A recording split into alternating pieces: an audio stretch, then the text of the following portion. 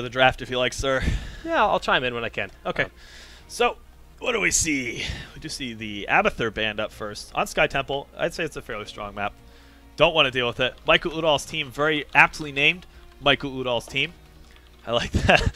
Vikings also band out, and another strong contender for this map in particular. Sylvanas picked up first from Maelstrom, and Michael Udall's team catching up into this draft. We do see the Jaina and the Tassadar. So, of course, we just were able to cast a game on this map. Talked a little bit about which heroes are strong in particular. Kael'thas was a big one. You know, he's good. He's got area control, but also a little bit dependent on the game running a bit later to get the full value. Asmodan, kind of the same thing. Something to keep in mind. I just like how they band up both global presence heroes. It's quite interesting. But, yeah, I think Cloud9 Maelstrom going to opt for something safe like Tassadar, and we know that they have Fan on the team now. So that means Illidan, Zeratul, these melee assassins highly prioritized for the team, and there's Illidan. Okay. Fan now. This is good. I'm glad we're able to hop into at least one game of Maelstrom today just because we want to see how their new team, new roster works out. I mean, I can't really call it a new roster. They swapped out Biceps for the time being and is now putting in Fan. And, Vortex. I mean, that's a scary thought. We've seen Fan play in Heroes of the Dorm, and now in the NA Open, very convincing play. Yeah. Jake's used to having that cough box. We don't have a cough box on this set. No, not yet at least. I'm spoiled. Okay, Cloud9 Maelstrom also grabbing the Johanna. And this says a couple things to me. First of all, you want to take Muradin with Illidan whenever you can. One, to deny the enemy team, and also provides a good bit of control for Illidan to get his work done. Brightwing is another one that you want to try to take and deny, ban out during the second phase. But the Johanna, Johanna. Yeah, no, that could mean that they're looking to actually take Asmodan. It could. I mean, why? You have to think of the reasons. Why would you take Johanna over Muradin in this case? So we'll see what the response is. The bans for the second wave are Kael'thas. We do have the Zeratul as well. So they are sort of taking away the rest of the melee assassins from Michael Udall's team. Kael'thas taken away as well. So only the one big range caster, Jaina, will be going to Michael Udall's team. What do they follow this up with? I would take Brightwing if I were them. That gives them two supports as well, something to consider. They have the potential for the one mule on Tassadar. I mean, they could grab it on Brightwing, but I don't think that that's something they want to do. True. They have to pick up a warrior, take Muradin. I'd go Muradin, Brightwing. Boom. Gives them a lot of control over Illidan. I agree. It's Sky Temple, though. I wouldn't actually be opposed to Malf here. We already saw the power of Malf. That way, Tassadar doesn't have to spec into Won't have to give up as much. Yeah. Yes, but it's also looking at trying to deal with Illidan. So either or, you're right. I think either of those supports would be fine. What else would they look to grab to round out this composition? I don't know a lot about Michael Udall's crew here in terms of what heroes they like to grab. Fala may be a possibility. Zagara is strong on this map. We just saw that. So it is Malf. They're going to go for the mule. I don't really foresee Maelstrom taking double warrior. Would be a very interesting play. I haven't seen them do that yet. At least not for a long time. Okay.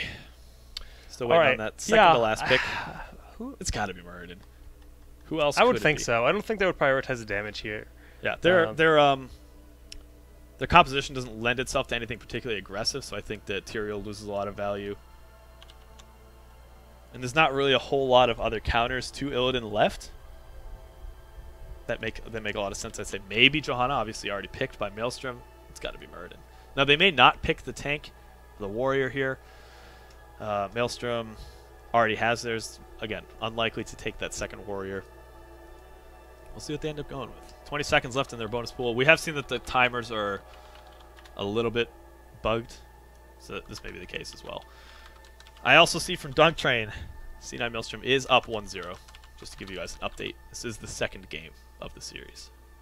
And this is, once again, the winner's round of 8. Cloud9 Maelstrom is currently up 1-0. Okay. Anubarak is picked up. I would imagine that this means that Maelstrom is going to round their composition out with double... Not double, I was going to say double damage at this point. They do need to pick up a support. They do. And... Brightwing. I think Brightwing makes the most sense. Oh, they have... they do. I mean, no, yeah. Grab Uther. It's got to be Uther. Or Rhaegar. Depends on what they're feeling. But Brightwing's not bad. It's just Divine Shield is so good with Illidan. Yeah. Falstad. Interesting. Probably K1 Pro on the Falstad. Johanna Falstad has a bit of synergy as long as the pairings are good in terms of communication. Wailing Arrows is a bit of a potential for some AoE setups. Obviously Zeratul not able to be a part of that picture, but so it's just down to the support at this point. Falstad, does that change your opinion in terms of what support they should grab? No. Still think Uther. Still think Uther. Falstad also has that mobility in the bottom lane. Brightwing might actually be grabbed for that reason, if anything. Yeah, stacking mobility is nice, but I still really like Uther the most here. Also, it's going to be Dunk Train. So I'd be willing to bet that if anything, he's probably convincing his team right now. Like, I get that Uther's probably the better choice, but just let me play Brightwing. So you know what, Jake? I'm going to put my money on Brightwing. He's doing it. Yep. Kind of like those flips I never got. Oh, I owe you 2 bags of flips, yeah. Someday. Rip. I'm only like a month and a half overdue now. Yeah, the interest is really racking up. You're like up to 3 pretzels extra this time.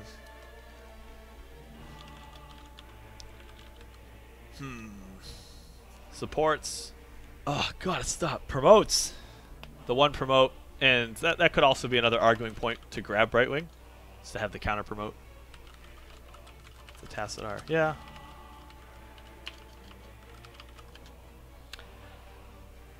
All right. Yeah, not really much else to discuss. It's got to be Brightwing. Jake's putting his money on Uther. I still think it's Uther. Well, we're going to find out. They're down to the last 7 seconds here of the bonus pool. Congrats to all... Wow, Kubi wins today. Congrats to all the Waffle winners during this draft. Again, we will do more Waffles. Okay, that's something we can talk about. Double Warrior. Sorry to cut you off there, Jake, but yes, the Muradin was picked up for Michael Ludol's team, so they are running the Double Warrior. That's also not just Double Warrior, Double Dive. And Anubarak can dive in with the Bird Charge if they're feeling confident. Follow that up with a Muradin Dwarf Toss into Stormbolt to lock a hero down. They don't really have a whole lot of damage to round that out, so maybe I would actually like to see something to the effect of Static Charge, Shrink Ray, Double Storm, Double Strike, I think is what it's called. I can't remember the name of the ability, but it's two Psy Storms that can be cast together. Maybe that would be something to really try to capitalize on the ability, because Maelstrom is a heck of a team to try to take down. Heck of a team. They're, heck of a team. I mean, they were the #1 team for a long time here in North America, and they've kind of fallen to that second place spot constantly. I mean, we're talking 3 tournaments in a row where they got second place under Tempo Storm, but now they've made that roster change. They took Biceps out of the picture. They now took Fan from Cloud9 Vortex. He's a very top-level assassin, and maybe that's the element that they need to be on top again. So we can talk a little bit about the players that are on Michael Ludol's team. We do have Psalm, Tiger JK. Tiger JK was formerly Complexity, yes, playing as one of the ranged assassins. Yep. Michael Ludol, of course. B-Kid is going to be on the Muradin. I mean, all these guys have been around. Playing on. He was on the Twitch Invitational, right? He did play in the Twitch Invitational. I think he won. He's a ladder monster, B-Kid. Was it B-Kid or was it Saray? Oh no, they both played. They both played. They're both ladder monsters. I see B-Kid, and I just recall him having some very strong warrior play. So I'm excited about this. 5th player, I don't know who it is. Can I slash who in this lobby? Probably. Probably not. Probably not. Member list unavailable. Nope, can't do it. Probably not. I don't actually know who the 5th player is, and since we're both on the same side of the lobby, we can't check. Oh well. Rip. All right, guys. Well, game number 2. Cloud9 Maelstrom is up 1-0. We did not happen to cast game 1. We just hopped in after our last series. That's kind of how these open tournaments work. We tend to just kind of cast whatever we can. Yeah, if it's less downtime, we can just hop into the second portion of a series. We'll take it. So that's the case here. Hopping over to Sky Temple once more. Back to back to back to back. A lot of control in terms of the temples, very important. Minute and 30 seconds in, we will see mid and top temples spawning. So that's going to mean mobile heroes in the bottom lane to try to rotate up to help the rest of the team. And then 2 minutes after those 2 temples expire, bottom temple. We're just trying to give you guys a little bit of a painting in terms of how the positional, rotations on the map will occur. And we'll get into that as the time comes. You can buy Kubi paintings on blamekubi.com. That's not a website. We talked about this, Jake. Ah! All right. On the left side of the map, it is going to be Michael Udall's team. B-Kid will be on the Muradin. Michael Udall himself on Jaina. Tiger JK on Melf. So he's actually swapping over to a support role this time. We're going to see Sooner. That's the 5th member. So sorry we couldn't talk about him a little bit earlier. He's on Tassadar, and Psalm will be rounding it out on Zagara. And on the right side of the map, it's K1 Pro, iDream, King Caffeine, Dunk Train in their newest addition to the team. Fan playing as Illidan. He became well known for this Illidan in Heroes of the Dorm, where he really picked apart the competition, being the janitorial player of Illidan. Before you continue, I believe we do have a bit of a roster switch. There was a Nubarak Muradin. And maybe the timer bugged out or something to that effect. It is going to be Zagara. Yeah, that's weird. Because I said Zagara, I was like, I don't remember talking about Zagara. Yeah, no, it's not the case. So Psalm will be playing, instead of a Nubarak, Zagara. Makes a bit more sense. I wasn't reading the lobby chat. They probably, just confirmed that. Did we announce the rest of Maelstrom? I can do that real quick. K1 Pro and we talked about them all. Okay, all right. We're good there. We're good. Let's look at the talents. We do see that he's going to be scouting drone here for Brightwing. She will be losing that on the patch on Tuesday, as far as we understand from the PTR. Yep. But look at the damage already done to this top lane. Michael Udall, Psalm, Tiger JK putting that pressure on. So a bit of a different style of play than what we saw for Tempo Storm. And typically what they were doing with Zagara, and they still continue to do this, is they put Zagara in the bottom lane, put a lot of creep around just to make sure that the rotations aren't too heavy. It sets them up nicely for the second set of temples that rotate. This style that Michael Udall's team is putting forward seems to be a bit more, let's get as much damage as possible thrown onto the top lane. If we can hold control of the top temple as it spawns, we can get ourselves an early fort. This will translate into a nice lead that we can hopefully roll forward and try to keep that advantage moving into the mid and late game. They weren't able to get enough damage done early. It seems as though Cloud9 Maelstrom was well aware of this strategy, countered it, appropriately through having a rotation up to this top lane. Fan just saving that dash forward, but it's not going to be enough. The roots and the blizzard raining down, but somehow Fan is trying to slip away, but it's not going to be enough. And they're trying to turn this around. Michael Udall getting that regrowth from Malfurion, standing still as iDream is forced to tap the well. Yeah, does have the updraft ability, which is a 30% increase in range, so he's able to stick out a little bit further than you might normally see for Falstad players. Gathering power. Yes, gathering power for Falstad. So it could be very much a spellcaster style. We'll probably see the boomerang at level 7, the lightning rod upgrade probably for the shield at level 13, and overdrive as well. All right, well, that middle temple we do see being held by B-Kid right now. Fan going to try to get in there, force him off. He does have the help of King Caffeine now, so that's a lot of lockdown, but it's still a 3v2 in favor of Cloud9. Okay, top temple has already been captured, mostly by Cloud9 at this point. B-Kid, yes, like as you mentioned, is quite a bit far forward, and a nice Jaina Blizzard put quite a bit of damage out. He is able to fly away, and actually is able to dodge the remaining shots of the lightning rod. So nicely played, and they still have quite a bit of HP, but the problem is mana. Michael Udall's running quite low. Do they have enough to continue to sustain this team fight? Dunk Train taking a lot of damage from those banelings, and that's actually going to end up being his fall. His takedown is secured, and this will mean the remaining shots will go the way of Michael Udall's team. Nicely played. Yeah, I mean, they're sitting there 2 takedowns up to none. I mean, experience is still in favor of Cloud9 as they have had better just rotation soak and collection on the structural damage from the towers. But kind of hand it to Michael Udall and his team. Yeah, I mean, a lot of them are forced back to go and get some mana to back up, but still good positioning. I mean, the bandings were on point. Can't argue that. So a lot of them were backing up, like I mentioned, get that mana, and they're just sort of cycling back and forth to make sure they continue to get that soak. That's very important. Actually losing a little bit in the top lane at this point. They're going to opt to take the bruisers. Not trying to time it out with the second set of temples that end up spawning, which should be around 5 minutes, 5:15. Some teams will opt to grab them a little bit later, so they can time it out to get a bit of split push going. Distractix. Distractix.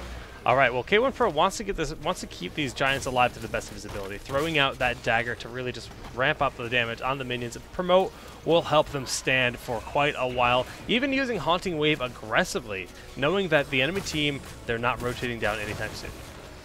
Okay, Michael Udall again under a bit of pressure from Fam. Will not overextend at this point. Probably does still have his evasion up, but that's quite a bit of damage to be receiving. King Caffeine still putting that pressure on. Yeah, Psalm just, getting smacked away. Johanna's damage output not super crazy early in the game. But we do see just this very aggressive positioning, and that's going to signal Fan to go on in. Michael Udall got the Blizzard out, but no! The Envenom goes out, and he's actually going to fall from this. Just barely enough going to be able to eliminate Fan. Michael Udall lives on. Nicely played, yes. Once again, Michael Udall's team there. I was going to say, you know, kudos to Maelstrom. They're getting so much more value out of their bruisers, and that still might actually be the case considering that they're going to get this fort just as the bottom temple spawn. Yes, there it is. 5:15 will be that time marker, and it looks like they get the last shot. iDream does have the updraft, so he should be able to get away no problem. It's still 3-0 in terms of takedowns. Cloud9 maintaining that level advantage just barely, but the Mule is here, and we see Sylvanas put so much pressure on the bottom lane. Sooner has mitigated all of that, and the next spawn of temples here in the bottom portion of the map is here. Yeah, so the Mule, also the promote, got to mention that. It's going to do a lot to just push back. As it's actually quite difficult for K1 Pro and Sylvanas to try to bounce back that damage. And that gives enduring growth to Malf, which is going to make it very hard to take down somebody like Muradin. He's already hard enough to eliminate. That healing over time is just going to make him stand for so very long.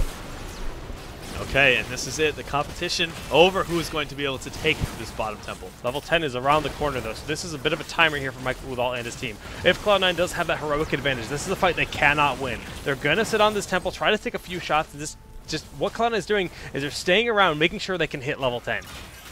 Yeah, that's very, very important. And this is exactly why we see Michael Udall's team backing up. They know it's not worth it. Having a bunch of takedowns going their way would be nice to catch them up to level 10, but the risk is so much higher to stick around.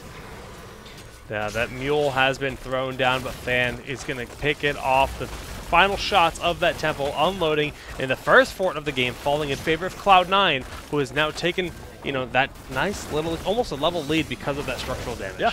Hinton's Blast, Blink Heal, Metamorphosis, Blessed Shield, and of course the Wailing Arrow.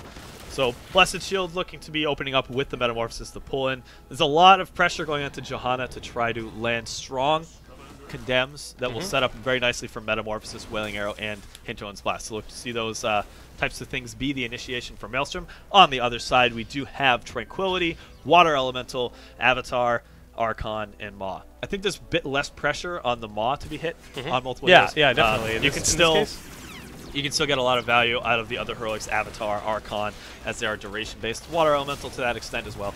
So, yeah, I think it's going to be controlling Johanna's location in terms of how many heroes that she hits with the Condemn. With the battle momentum that she picked up as well, we'll see multiple of those in a team fight. So look at Caffeine's positioning here. Yep. Michael Udall is actually getting. There it is. Oh, this man, is the type of play we're talking about. Soon. Okay, backs up. Yeah, if that went a little bit differently, could have been great for Cloud9. You're gonna have to use that iron to back over those roots. Just, of course, iron helps you walk over roots. That's how it works. Yeah.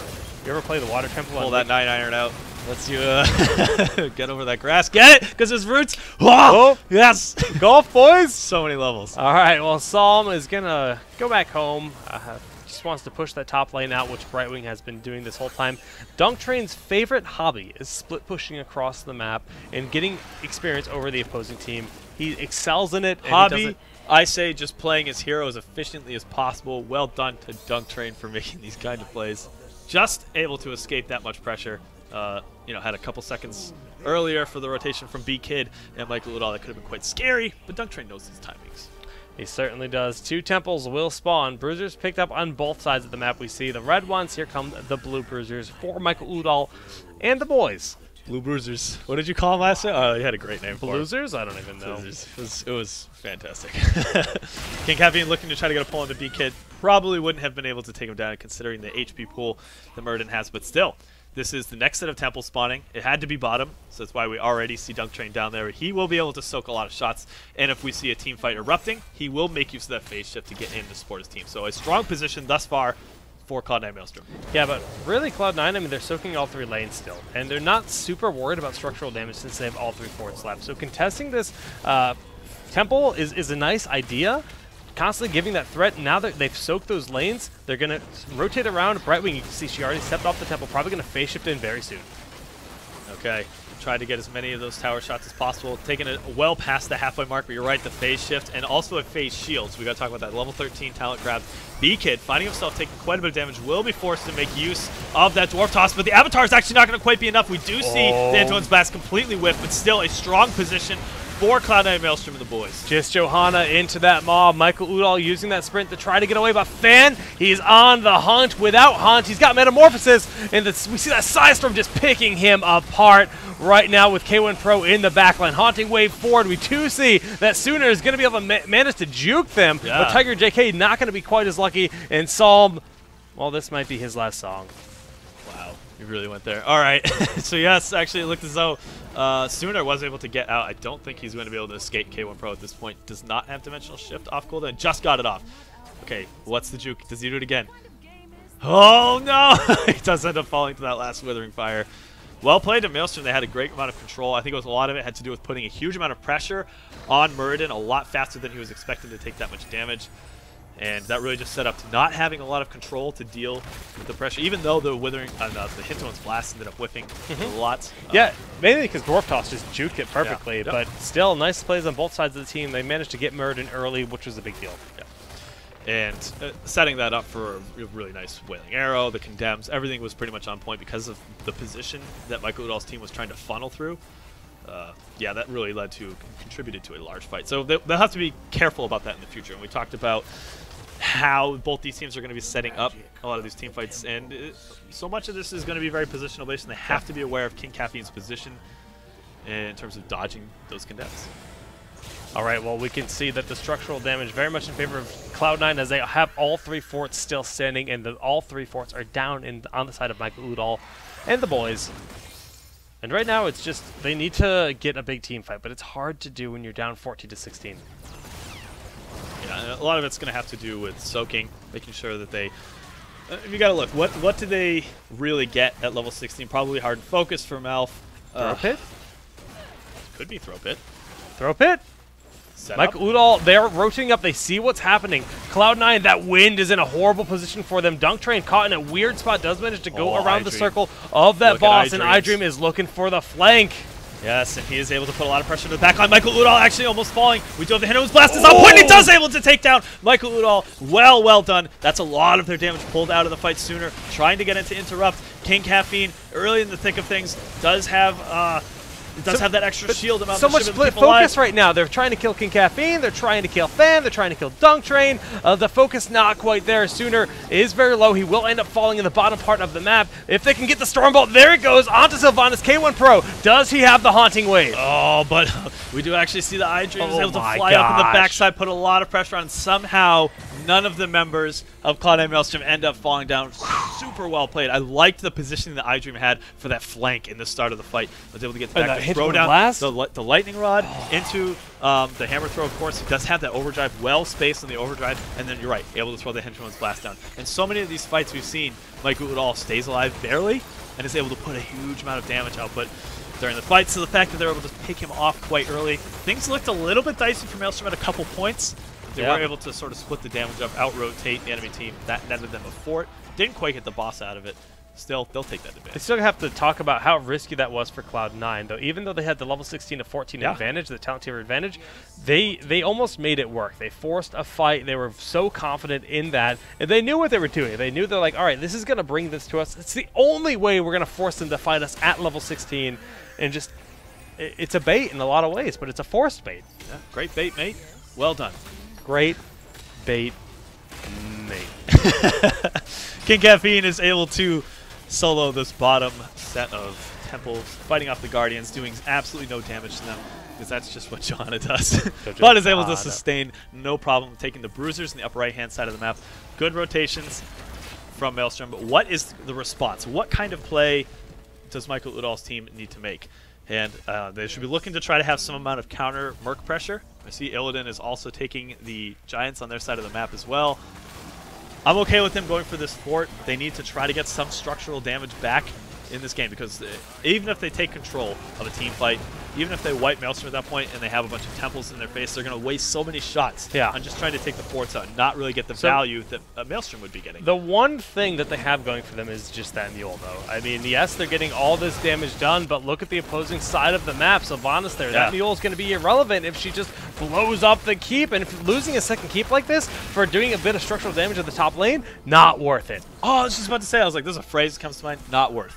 Not worth is exactly what comes to mind at this point. And iDream and Dunk Train were looking to try to stall as long as possible. Nice they knew they were hard thing at that point. I don't think they're going to be able to put a lot of pressure. We see the Fly actually looking to try to get that aggressive position, putting Psalm under a lot of pressure with the Lightning Rod overdrive. Yes, I think that's going to be more than enough damage to try to clean this up. So Psalm ends up falling. We see the ice blocked Malfurion in the middle lane. That will also be a strong advantage, and we just see that there has a lot of mercenary camp pressure. This might actually be starting to wrap up to the end of the game. The 4 Giants here, I mean, they need to defend that. Sooner should be throwing the Side Storm at them because those need to be taken care of quickly. B-Kid going to start throwing the Storm Bolts away. He can use Reverberation, stomp at them the best he can, but the shields are going down. Yeah, there's going to be actually some hull damage on the core, but it doesn't look like Maelstrom's trying to over-aggress in this position, but they will be able to take the final keep of the game out. And what this really means is that it doesn't matter where the next set of temples spawn. We are going to see top and mid. Maelstrom only needs to control one of these to finish the game, especially with the core at 85% hull damage or the mule hull will capacity. help. Yes, the mule does help, but you just need to sit on one temple. Just a full duration of one temple will end the game for Maelstrom at this point. Yeah. And take them to a 2-0 victory to advance to the winner's side top 8. That will guarantee them seeding points for the North America July Open. All right, Stormbolt thrown out there, but not quite going to connect with K1 Pro. They're trying to stall out, waiting on the 1 heroic Metamorphosis right now. It's 5-4 in terms of those heroic cooldowns. The only reason you don't see them engaging, but they do have Storm talents over the side of Michael Udall's team. Okay, iDream actually getting some pressure thrown onto him from B-Kid. Is it going to be enough? Do they overextend? The Silence is able to pick up 2 members of Michael Udall's team. Is it going to be enough? The Hinterland's Blast is good. It hits 3 members. Michael Udall finding himself once again. Very low HP in these team fights. Sooner able to get the Dimensional Warp off to keep himself alive. Doesn't have the healing, but it looks as though we do see Zagara falling very early. Michael Udall goes down. That's 3 members of his team down now. We see the GG thrown out. That is going to be the end of the game. Temple or not, Maelstrom will advance to the winner's side. Yeah, that was a convincing team fight. Cloud9 just showing that they're pretty darn good at this game. Yeah. Well played by Michael Udall and his team, but looks as though the addition of Fan, I was just sort of watching it, not to say that this would be a big test of whether or not the team was syncing up well enough, but just to see how the the communication looked. I thought it looked very solid. They're poising themselves to be some very strong position later on, I'd say. Yeah, and they're not done in this tournament. It's double elimination. They have another chance. They advanced well past the first 2 rounds, so it's not going to be best of 1s for them. They have more best of 3s to prove that they are very much a top team. And if you make it into the top 8, you get seeding points. It's a big deal, especially considering the seeding was randomized for the first Open. Yeah, and that's rough. And we saw that the top